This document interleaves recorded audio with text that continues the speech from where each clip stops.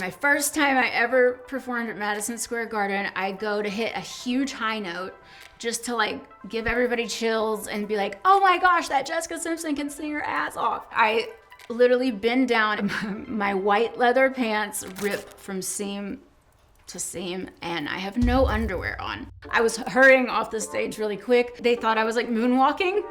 My mom is standing there in her underwear with her jeans ready because she saw it happen. I take everything off, I put the jeans on, I go back out, and I continue my note, and we keep going. But it was one of those moments where I thought my whole career was gonna be over, and it was just beginning. Hi Bustle, I'm Jessica Simpson, and these are the moments that made me. 1992 was the year that it all began with the Mickey Mouse Club auditions. I was like a shoo-in, like they told me the whole time, this is you, but I'm like this preacher's daughter who literally came with a Polaroid picture, and everybody else had done Off-Broadway and Star Search. I'm singing Amy Grant, then I start to forget the lyrics completely because I had just listened to Christina Aguilera audition. And I was very intimidated. And I'm like, wait, I'm singing Amy Grant. This is not gonna go over so well. I feel like I went right from the church to like this like big production and totally was just not ready for it, but I should have won. So in 1998, I was in New York, but I got an entertainment lawyer somehow and got 9 meetings with 9 different record labels that I sang for in 2 days. Some were like, no. Others were like, oh, we have this girl, Britney Spears. And then another one's like, oh, we have this girl, Christina Aguilera. And my mom was like, I told you those girls were gonna come back around. So I feel like 1998 gave me this crazy competitive spirit. I mean, I didn't know if I would ever chart on the billboards. I never thought about that growing up. And somehow, I Wanna Love You Forever went to number 3. I was in New York, it was on Z100, and I asked the cab driver to roll down the windows. I was like yelling it out on the streets. Everybody was actually singing along. I'll never forget that moment. Starting really 1999, my first tour, I was on the road with 98 Degrees, opening for them, and they were a hot boy band. I was getting bras thrown at me, like people were trying to boo me off the stage because they thought I was dating the man I married. Then I was getting word that people wanted just me to do my own shows, and that was a beautiful moment for me. It's somebody coming to see you that you've already won over, and you're just experiencing life together in that moment. 2001, I was coming out with my second record. I was told that I needed to have Janet Jackson abs. You could feel tension like with the label because I'm like, but I'm a good girl and I'm a people pleaser and I wanted to do the right thing.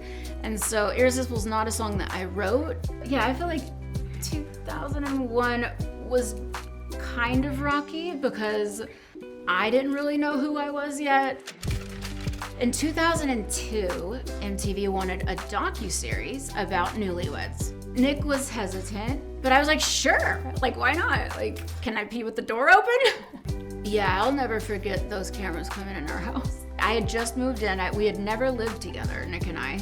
So this is literally right after we get married. What you got from Newlyweds was the newness of a whole new genre of TV that was about to happen. And I feel like people got a sneak peek into like my heart and who I am. I mean, even with all the dumb blonde jokes, I never really let that affect me.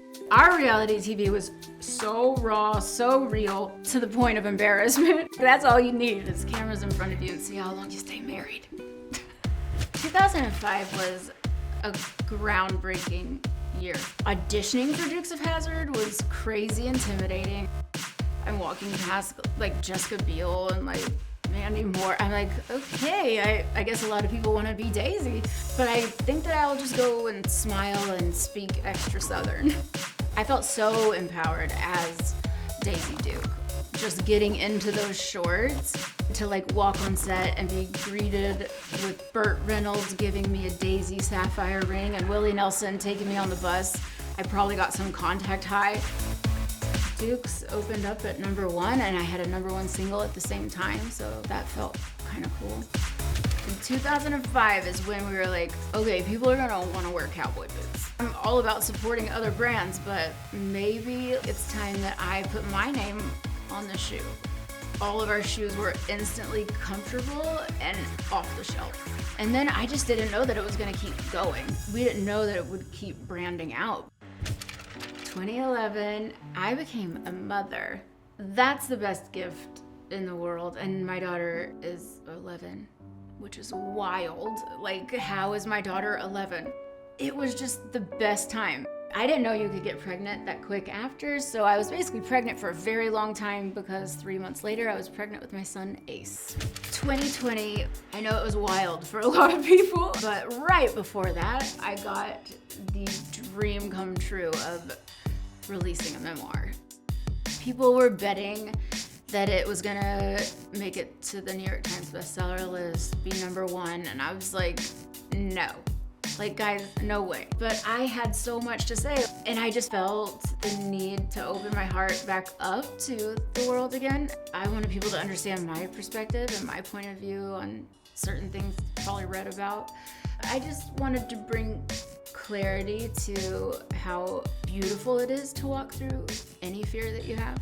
And I think people really responded to the vulnerability that was written. The older I get, the more beautiful it is, the more drive I have. I'm so determined. I don't take no for an answer. And if I am forced to take no somehow, I still will manifest the crap out of it behind the scenes. When I know something's gonna happen, I feel like now I trust myself enough to let it happen.